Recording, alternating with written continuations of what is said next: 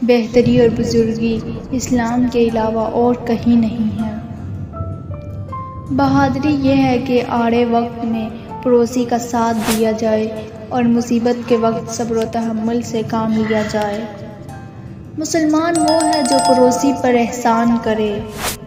गुनाह से खुशी हासिल ना करो, क्योंकि गुनाह से खुश होना गुनाह से बढ़कर है।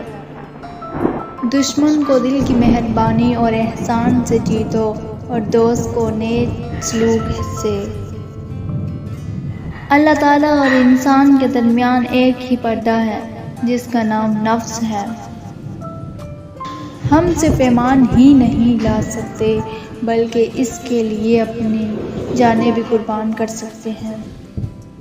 तौबा ज़बान से नहीं होती बल्कि अमल से और बुरी आदतों से बचने से होती है। जिल्लत की ज़िंदगी से मौत बेहतर है।